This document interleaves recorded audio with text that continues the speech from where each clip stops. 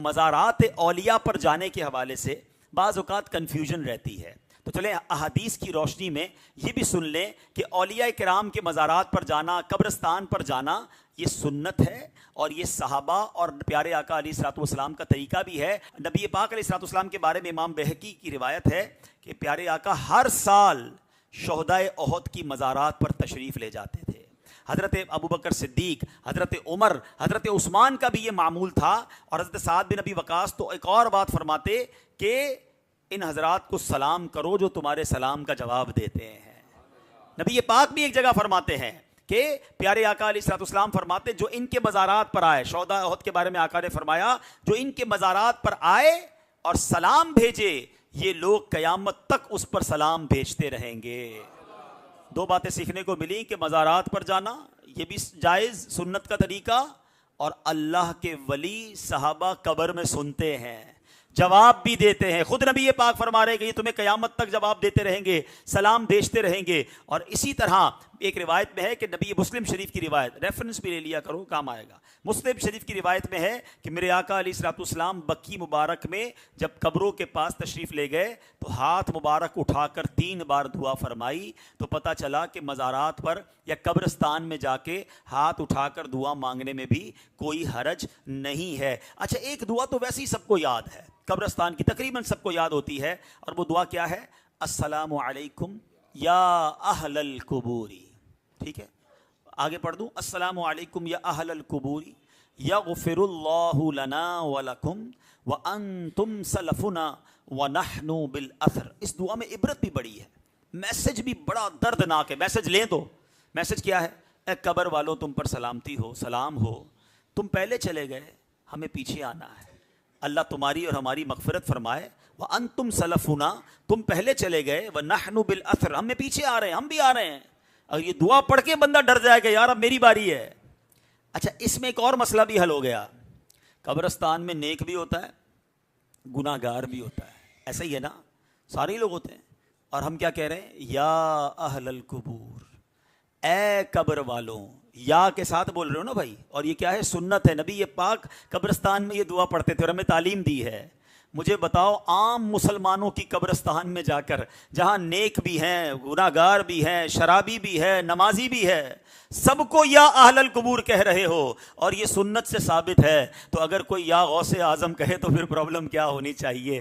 یا غریب نواز کہے تو پرابلم کیوں ہونی چاہیے؟ یا رسول اللہ کہے تو بالکل بھی پرابلم نہیں ہونی چاہیے۔ ایکسپیکٹیشن یہ تھی کہ فلاں ٹائم کو واپس آ جائے گی۔ اس زمانے میں ٹیلی فون تو تھا نہیں، انٹرنیٹ تو تھا نہیں کہ لوکیشن شیئر ہو جائے گی، یہ کال آ جائے گی کہ سر ہم یہاں رکے ہوئے ہیں۔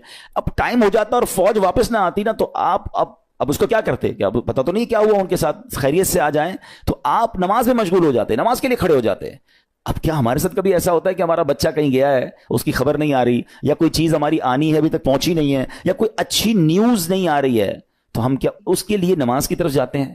یہ نبی پاک کا ہمیشہ معمول رہا۔ حضرت عبداللہ بن محمد حنفیہ رحمۃ اللہ تعالی علیہ فرماتے ہیں کہ میں اور میرے والد ایک انصاری رشتہ دار کے پاس عیادت کرنے گئے۔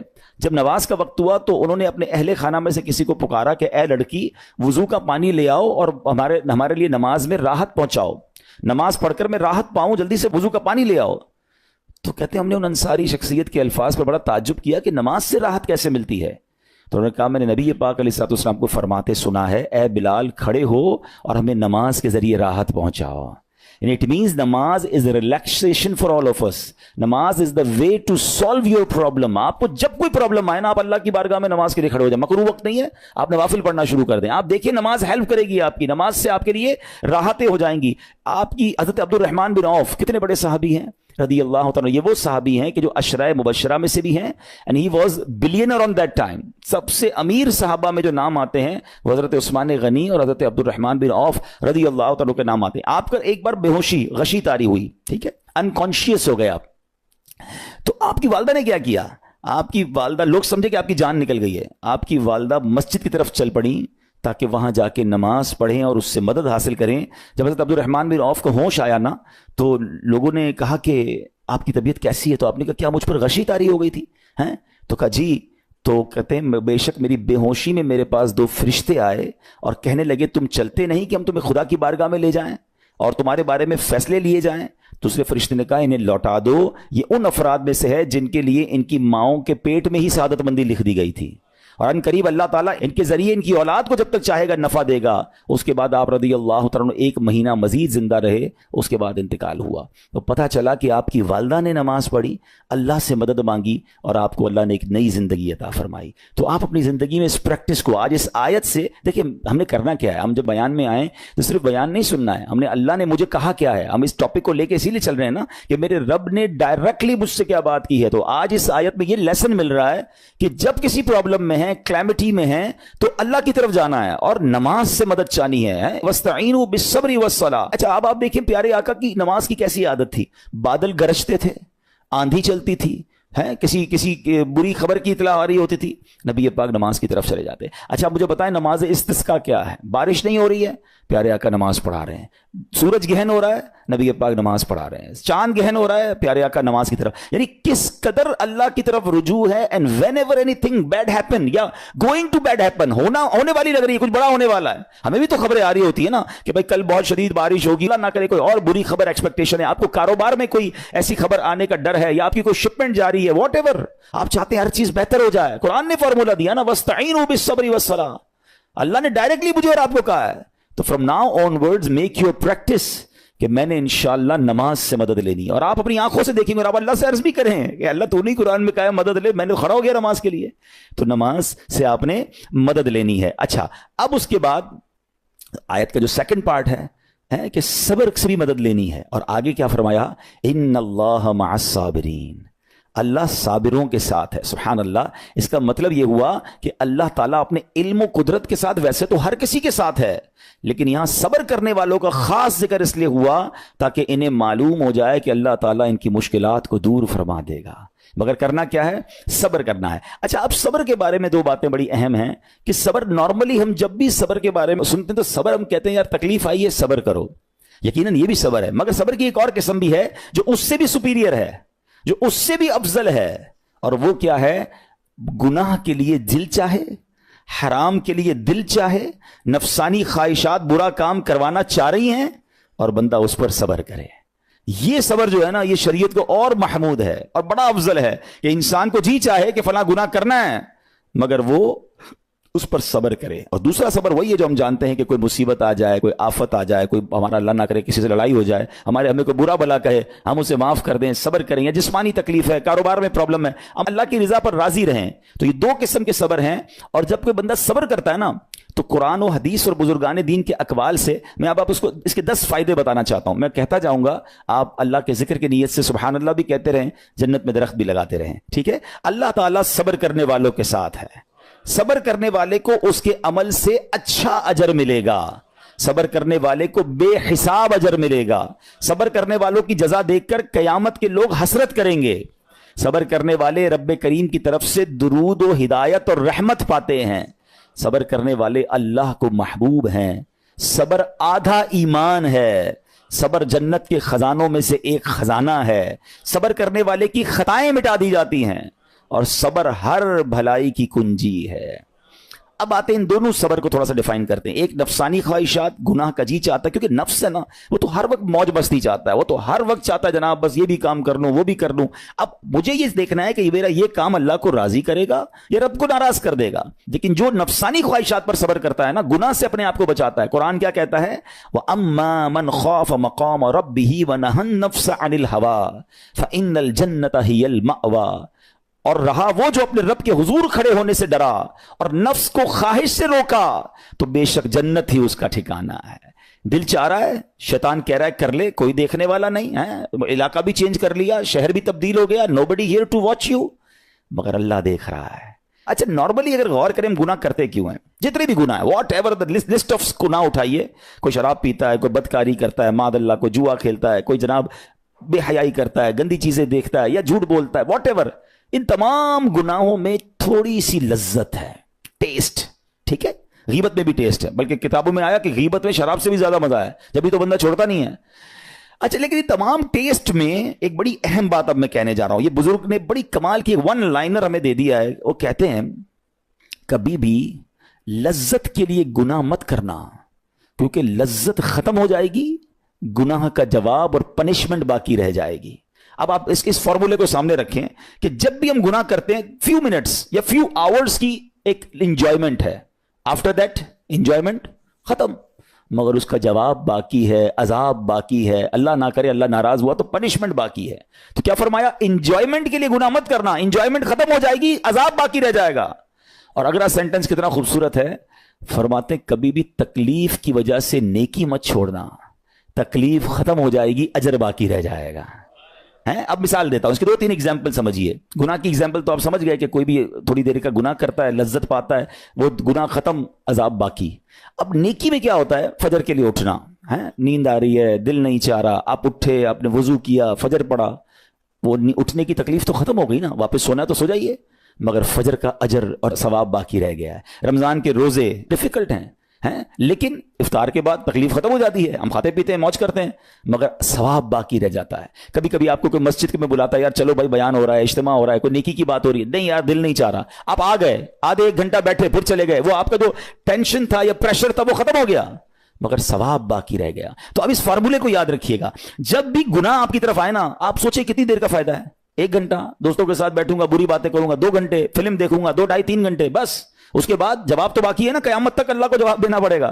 نہیں یار مجھے انجوائمنٹ کے لیے گناہ نہیں کرنا ہے. اور جب کوئی نیکی کا کام آئے اور آپ کو لگے یار دل نہیں چاہ رہا, مزہ نہیں آ رہا, بوریت ہوگی, چھوڑنا یار, تو بندہ سوچے کتنی دیر کی نیکی ہے, آدھے گھنٹے کی, 1 گھنٹے کی, بس 2 گھنٹے کی, اور ثواب باقی رہ جائے گا. Let's do it. اگر یہ بات سمجھ آ گئی نا آپ کو, تو انشاءاللہ دیکھیے گا گناہ سے بچنا اور نیکیاں کرنا آسان ہو جائے گا. تو اب کیا فرمایا قرآن نے کہ جس نے اپنے نفس کو روکا, کیا خوبصورت آیت ہے, وَأَمَّا مَنْ خَافَ مَقَامَ رَبِّهِ وَنَهَى النَّفْسَ عَنِ الْهَوَىٰ, اور رہا وہ جو اپنے رب کے حضور کھڑے ہونے سے ڈرا اور نفس کو خواہش سے روکا, تو بے شک جنت ہی اس کا ٹھکانہ ہے. اور ایک اور جگہ کمال سے فرمایا, وَلِمَنْ خَافَ مَقَامَ رَبِّهِ جَنَّتَانِ, مبارک ہو ان کو جو اللہ سے ڈرتے ہیں نا, صبر کرتے ہیں, گناہ نہیں کرتے, رک جاتے ہیں. قرآن کہتا ہے جو اپنے رب کے حضور کھڑے ہونے سے ڈرے اس کے لیے 2 جنتیں ہیں, 1 نہیں 2 جنتیں ہیں. سورہ رحمان کی آیت ہے.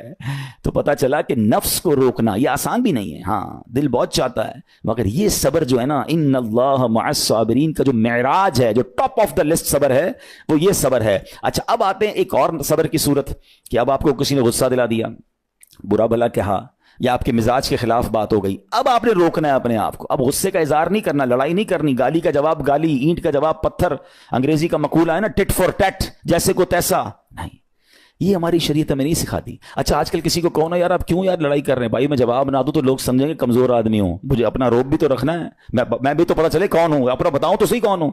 سچی بات پتہ ہے کیا ہے, جو ٹٹ فور ٹیٹ کرتا ہے, گالی کا جواب گالی سے دیتا ہے نا, وہ واقعی بتا دیتا ہے وہ کون ہے, وہ اپنا تعارف کروا رہا ہوتا ہے کہ یہ بھی ایسا ہے, میں بھی ویسا ہی ہوں. او بھائی. اچھا پھر ایک اور عجیب جملہ بڑا مشہور ہے آج کل, جناب ہم شریف کے ساتھ شریف ہیں, ہم بدماش کے ساتھ بدماش ہیں.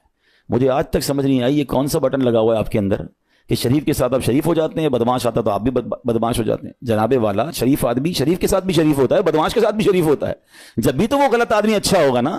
نبی پاک علیہ الصلوۃ والسلام نے گالیاں سن کر دعائیں دی ہیں, پتھر برسانے والوں کو بھی دعائیں دی ہیں, مگر ہم تو تیار ہی رہتے ہیں یار میں بتاؤں گا اس کو میں کون ہوں, 1 گالی دی ہے میں اس کے ساتھ پشتوں کو گالیاں دوں گا.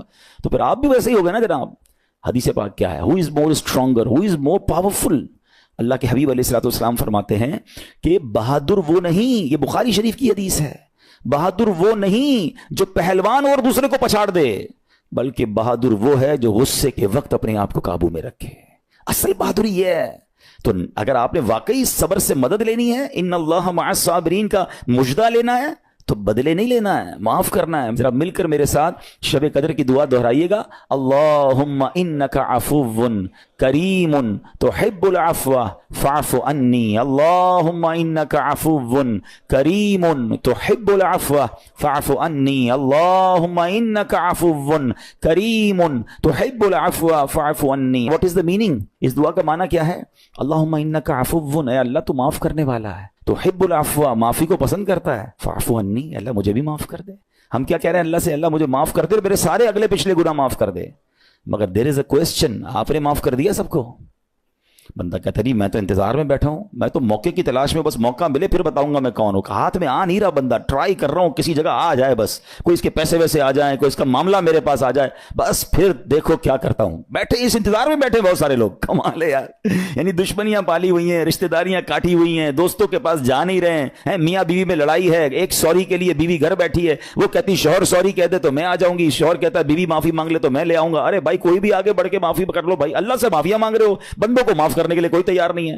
مجھے خود بتائے نا یہ کیسی دعا ہے کہ اے اللہ تو مجھے معاف کر دے, میں نے کسی کو معاف نہیں کرنا. یہ بنتی ہے دعا؟ اللہ سے پتہ ہے کیا کہیں, اے اللہ میں نے بندہ ہو کر تیرے سارے بندوں کو معاف کر دیا ہے, تو سب سے بڑا معاف کرنے والا ہے نا, اللہ تو بھی مجھے معاف کر دے. Look at the way to talk, یہ مزہ ہے نا بات کرنے کا, پھر دعا کرنے کا لطف بھی آئے گا آپ کو. تو دشمنیاں نہ رکھیں, غصے پر قابو پائیں, معاف کریں. ایک حدیث سن لیجئے, لرزا دیتی ہے, ڈرا دیتی ہے. اللہ کے نبی علیہ الصلوۃ والسلام فرماتے ہیں جو رحم نہیں کرتا اس پر رحم نہیں کیا جاتا. حدیث کا خلاصہ ہے. اور جو معاف نہیں کرتا اسے معاف نہیں کیا جاتا. اب بتائیے ہم معاف کرتے ہیں, ہم رحم کرتے ہیں, ہم کہتے ہیں اللہ ہم پر رحم کرے, ہم کسی پر رحم نہ کریں. نہیں ہوگا رحم, پہلے اپنے اندر تو لائیے یہ باتیں. اب ایک آیت سنیے گا اس کے تحت ایک واقعہ, اور پھر میں بیان کو کنکلوڈ کرتا ہوں. اللہ کریم ارشاد فرماتا ہے الذین ينفقون فی السراء والضراء والکاظمین الغیظ والعافین عن الناس واللہ یحب المحسنین. قرآن میں رب فرماتا ہے وہ جو خوشحالی اور تنگ دستی میں اللہ کی راہ میں خرچ کرتے ہیں. یہ بڑی خوبصورت بات ہے, یہ غریب اسلامی بھائیوں کے لیے بھی مدنی پھول ہے. امیر تو خرچ کرتا ہے نارملی, غریب خرچ نہیں کرتا اللہ کی راہ میں. ہمارے قبلہ مفتی قاسم صاحب نے تفسیر قرآن صراط الجنان میں ایک بڑی پیاری بات لکھی. آپ کہتے ہیں پوری دنیا کے امیروں کا سروے کر لینا, ان کی جو پیسے بڑھنے کی ایک وجہ یہ بھی ہوتی ہے کہ وہ کہیں نہ کہیں چیریٹی کر رہے ہوتے ہیں, مدد کر رہے ہوتے ہیں. وہ مدد اور وہ نیکی ان کے پیسے بڑھا رہی ہوتی ہے. اور پوری دنیا کے غریبوں کا سروے کریں تو ان میں سے بڑی تعداد وہ جو خرچ ہی نہیں کرتی اللہ کی راہ میں. کہتے ہیں ہم کیا خرچ کریں, ہم تو غریب ہیں, ہم پر لوگ خرچ کریں. میں آپ کو فارمولہ دے رہا ہوں اور یہ قرآن سے دے رہا ہوں. جو تنگی میں بھی اللہ کی راہ میں خرچ کرتے ہیں, جو خوشحالی میں بھی خرچ کرتے ہیں. آپ تنگی میں آپ روپیہ خرچ کریں, یہ نہیں کہتے آپ 10,000 روپے خرچ کریں, جتنی آپ کی حیثیت. یہ کاروبار ہے, آپ 1 روپیہ دیں گے اور آئے گا, آپ 10 روپے دیں گے اور آپ کسی نہ کسی نیکی کے کام میں خرچ کرتے رہیں, آپ غربت سے باہر آ جائیں گے. If you want to take out yourself from that problem, آپ آئیں اللہ کی راہ میں خرچ کرنا شروع کریں. قرآن کہہ رہا ہے کہ جو تنگی اور خوشحالی میں اللہ کی راہ میں خرچ کرتے ہیں. اور اگلا پارٹ کتنا خوبصورت ہے, فرمایا والکاظمین الغیظ والعافین عن الناس, فرمایا اور غصہ پینے والے اور لوگوں سے درگزر کرنے والے. انعام کیا ہے, واللہ یحب المحسنین, اور اللہ نیک لوگوں سے محبت فرماتا ہے. اور پھر ہاں زندگی میں کلیمٹیز, پرابلم, بیماریاں, مشکلیں, قرآن خود کہتا ہے کہ من قریب تمہیں آزمائیں گے. کبھی بیماری آئے گی, کبھی بھوک آئے گی, کبھی مال کم ہو جائیں گے, کبھی ڈسٹربنس آئے گی, خوف آ جائے گا. تو بی ریڈی فار دیٹ, صبر کرنا ہے, کیونکہ اللہ نے فرمایا وبشر الصابرین, صبر کرنے والوں کے لیے خوشخبری ہے. تو اللہ کرے کہ یہ بات ہمیں سمجھ آ جائے اور ہم اس آیت پر عمل کرنے والے بن جائیں تو زندگی بڑی آسان ہو جائے گی. یہاں ایک میں عقیدے کی بات بھی کلیریفائی کر دوں. کچھ لوگوں کو بعض اوقات کنفیوژن ہوتی ہے یا لوگ کنفیوژن کریٹ کرتے ہیں. مجھے ایک بات بتائیے گا کہ اللہ کیا کہہ رہا ہے, وَاسْتَعِينُوا بِالصَّبْرِ وَالصَّلَاةِ, اے ایمان والو صبر سے اور نماز سے مدد چاہو. کیا صبر اور نماز خدا ہیں؟ بتائیے, نہیں ہے نا, اللہ تو نہیں ہے. ہم صبر اور نماز کی عبادت تو نہیں کرتے. تو جب قرآن کہہ رہا ہے کہ صبر اور نماز سے مدد مانگو, تو غیر اللہ سے مدد مانگنے کا درس تو ہمیں قرآن دے رہا ہے. تو اس کا مطلب یہ ہوا کہ اللہ کے سوا کسی چیز سے یا کسی شخصیت سے مدد لینے کا مقصد یہ نہیں ہوتا کہ ہم اس کی عبادت کر رہے ہیں.